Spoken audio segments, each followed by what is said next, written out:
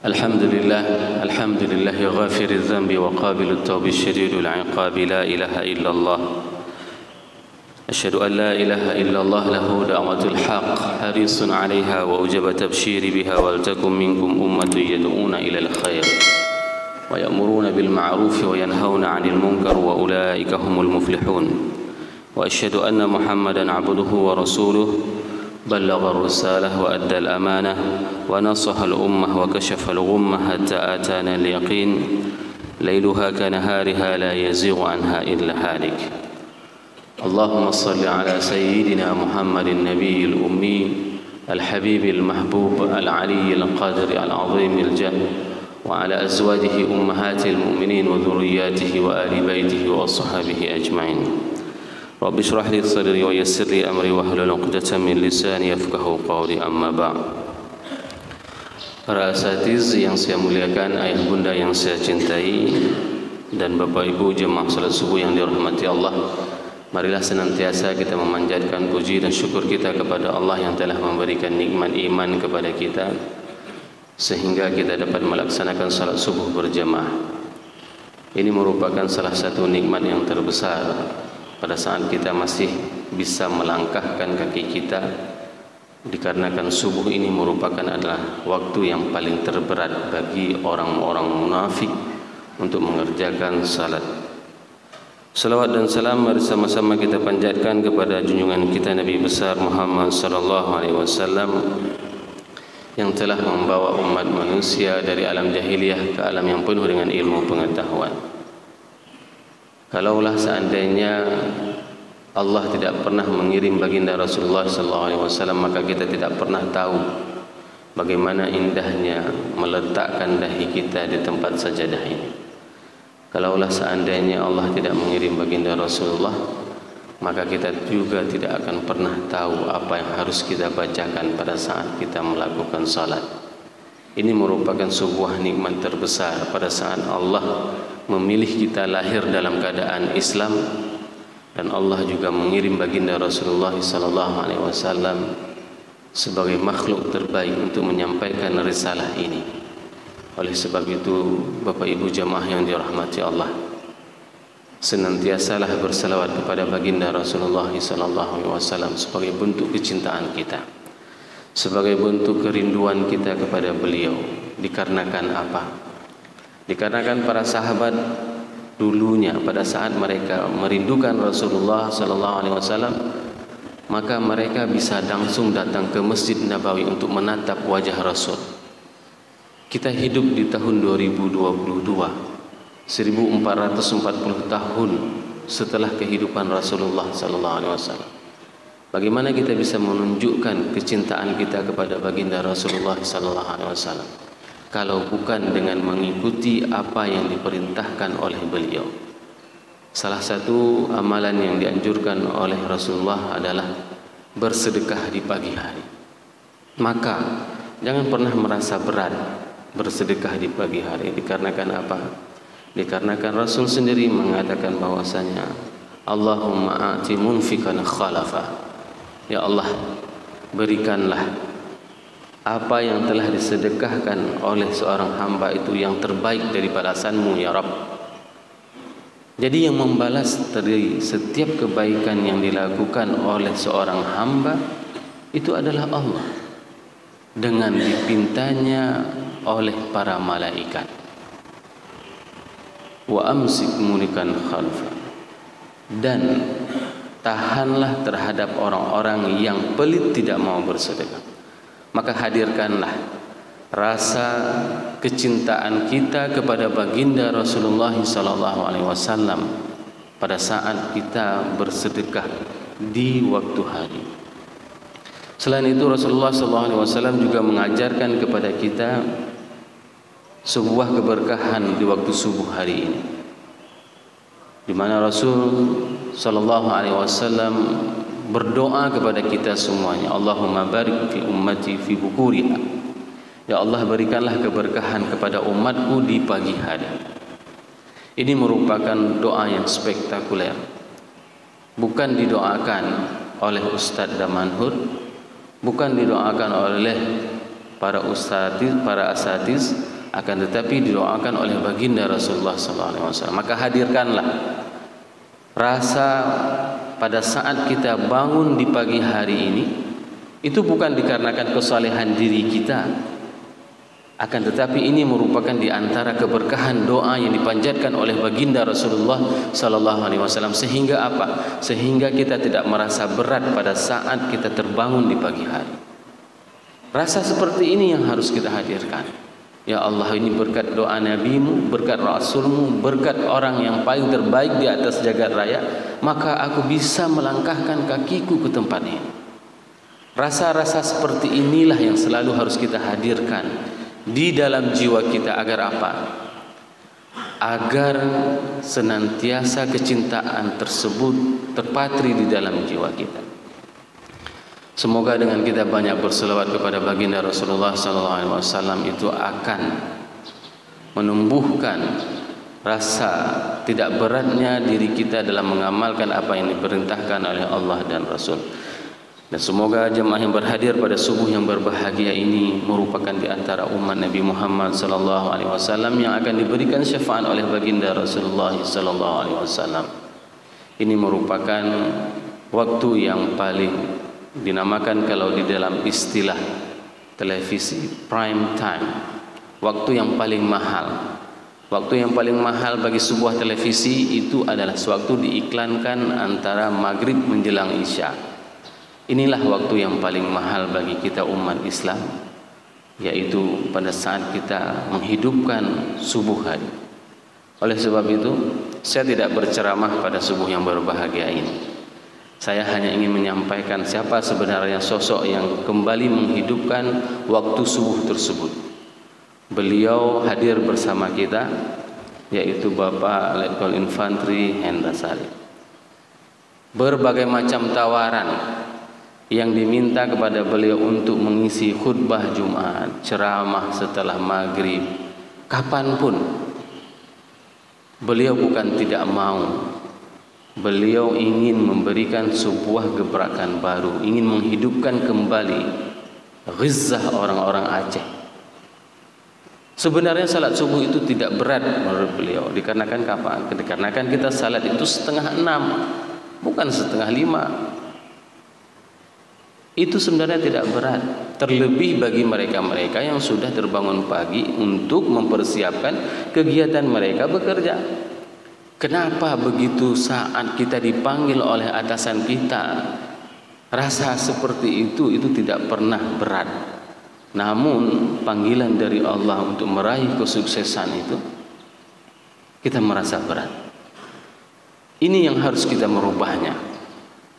Bapak Dandim beserta seluruh jajarannya mengajak semuanya, mengajak semua anggotanya. Kenapa? Karena anggotanya itu adalah merupakan tanggung jawab dan amanahnya. Terinspirasi dengan sebuah hadis Umar bin Khattab pada saat beliau mengunjungi setiap rumah. Pada saat Umar bin Khattab menjadi khalifah, pada saat itu Umar senantiasa mengajak Ibnu Mas'ud. Ibnu Mas'ud ini bukan sembarangan orang, sahabat yang memang mendapat pujian dari Rasulullah SAW.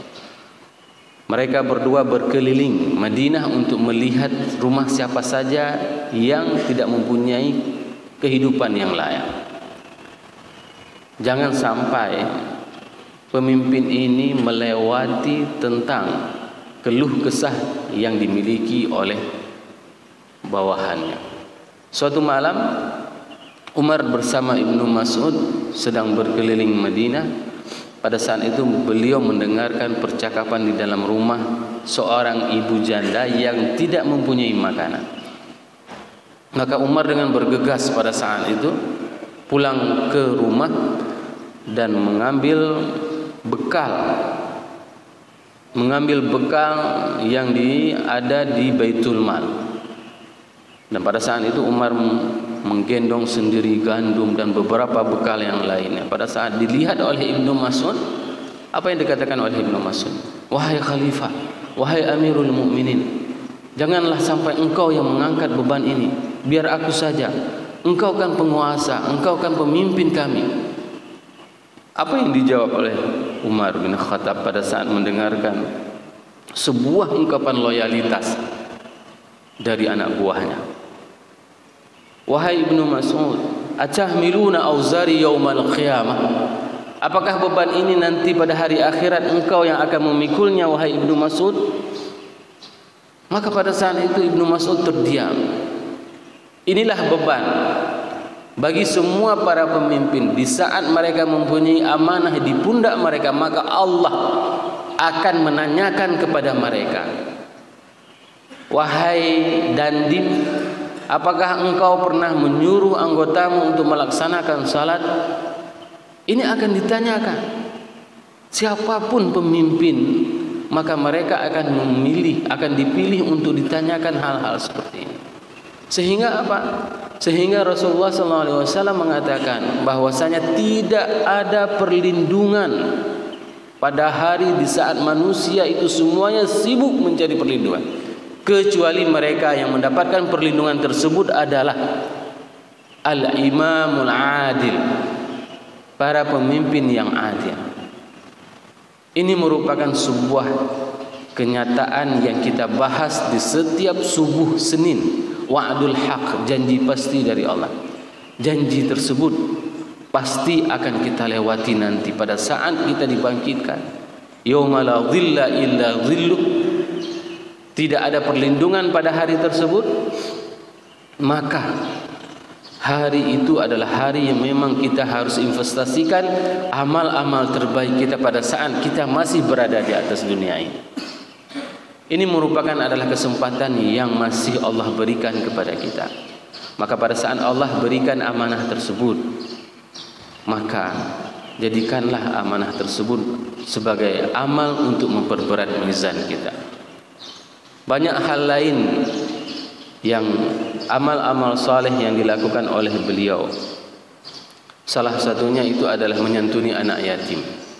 Ini adalah amal yang dianjurkan oleh baginda Rasulullah SAW, dan Rasul sendiri mengatakan bahwasanya aku dengan orang penyantun anak yatim kahata ini. Rasul mengisyaratkan jarinya. Dan pola pengasuhan anak yatim yang benar itu adalah dengan mengadopsinya di dalam rumah. Dan ini beliau lakukan. Bukan untuk berriak, tapi inilah contoh yang memang harus kita ambil.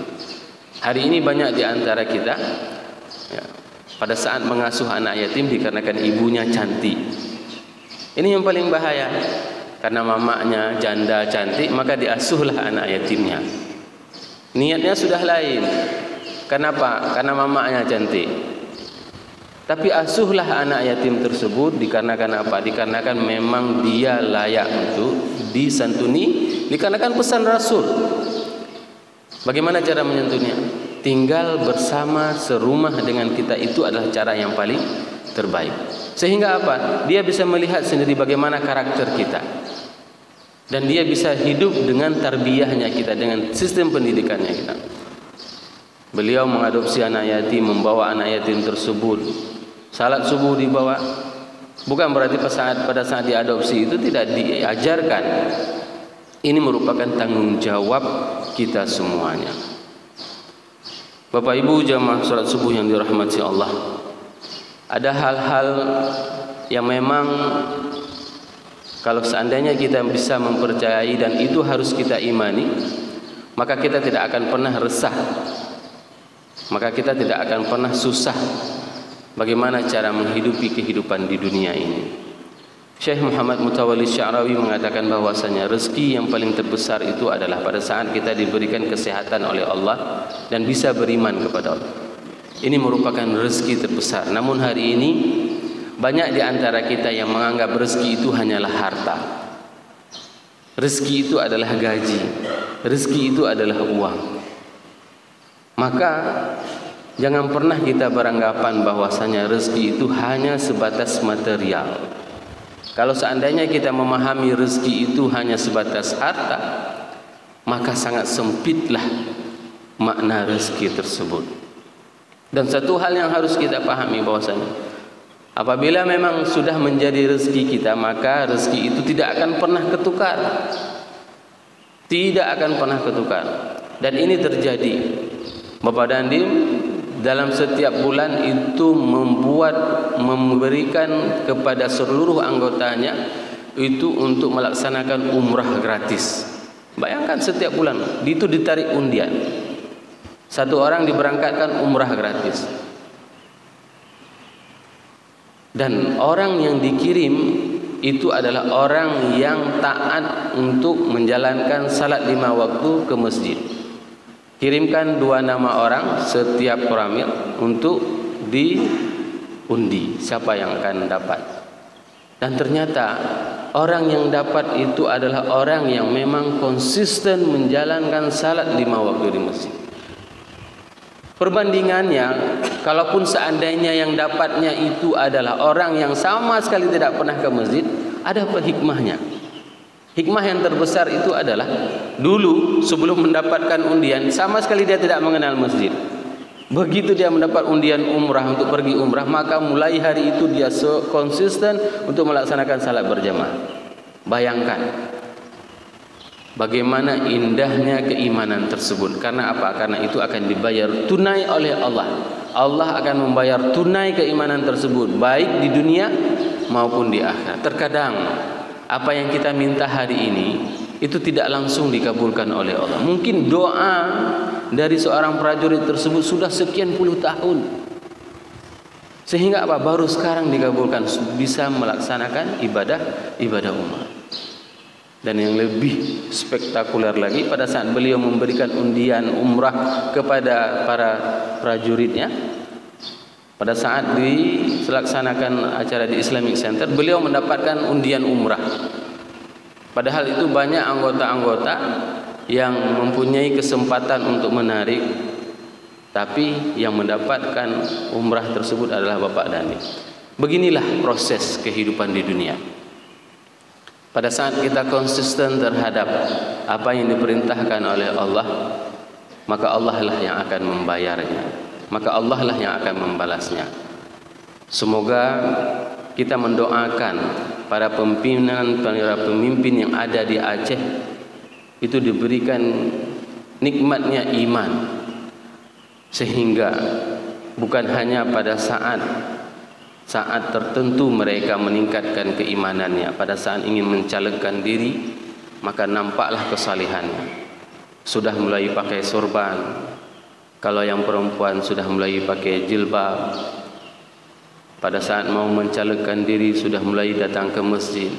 Maka kesalahan itu, kesalihan tersebut haruslah kita isi setiap waktu dalam tatanan kehidupan kita.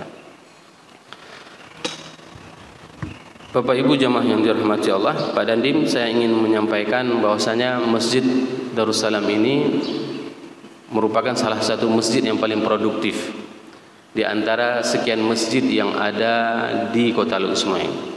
Kenapa?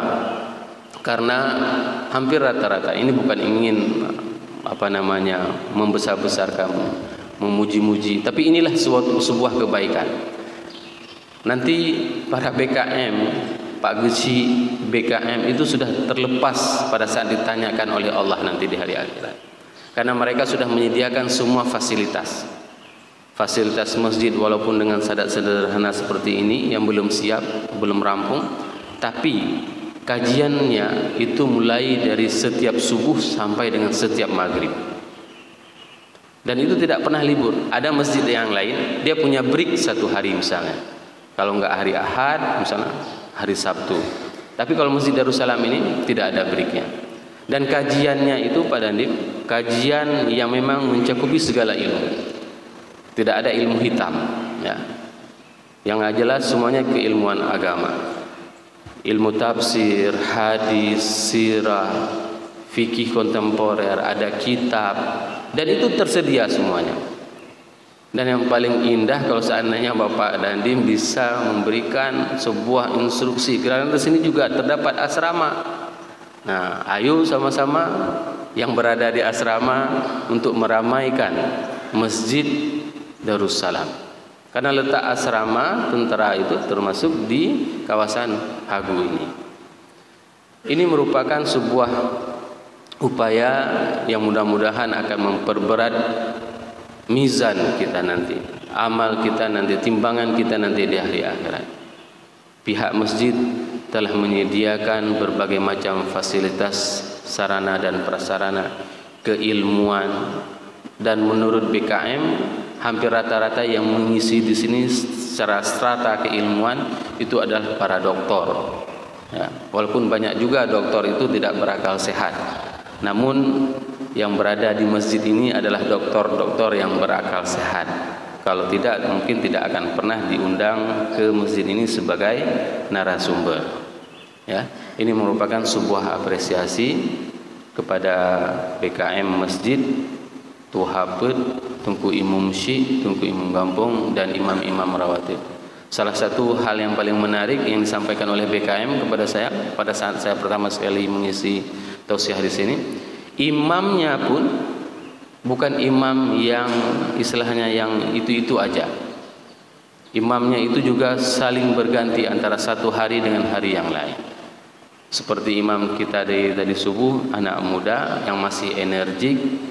Ini adalah sebuah inovasi baru yang ada, yang dilakukan oleh pihak BKM. Dan satu-satunya Pak Dandim, satu-satunya di antara sekian desa yang ada di kota Loksmawe ini yang mempunyai Baitul Mal. Dan Baitul Mal itu Baitul Mal yang aktif. Pak Dandim, kalau misalnya melihat ada orang jualan di trotoar itu diantaranya itu adalah hasil dari bantuan zakat orang-orang yang ada di kampung. Maka kita mendoakan semoga kita selalu dan senantiasa dalam keimanan kepada Allah, sehingga apa? Sehingga ini menjadi amal-amal saleh kepada kita semuanya yang akan memperberat mizan kita nanti di hari akhirat. Mungkin Pak Dandim ada yang ingin disampaikan. Kami akhiri, ini saja yang dapat saya sampaikan. Subhanakallahumma wa bihamdik, asyhadu an la ilaha illa anta astaghfiruka wa atubu ilaik. Wassalamualaikum warahmatullahi wabarakatuh.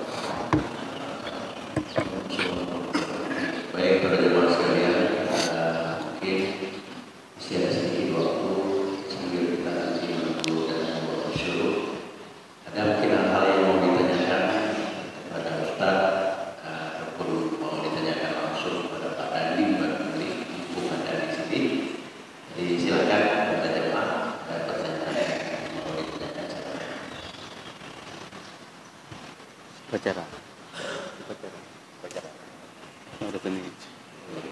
Tapi baik, ini saya minta sedikit waktu saja Pak Ustaz. Ya. Saya juga ada hal yang harus saya tanyakan. Jadi ketika kita beribadah kepada Allah, sering kita mengatakan la haula wala quwwata illa billah.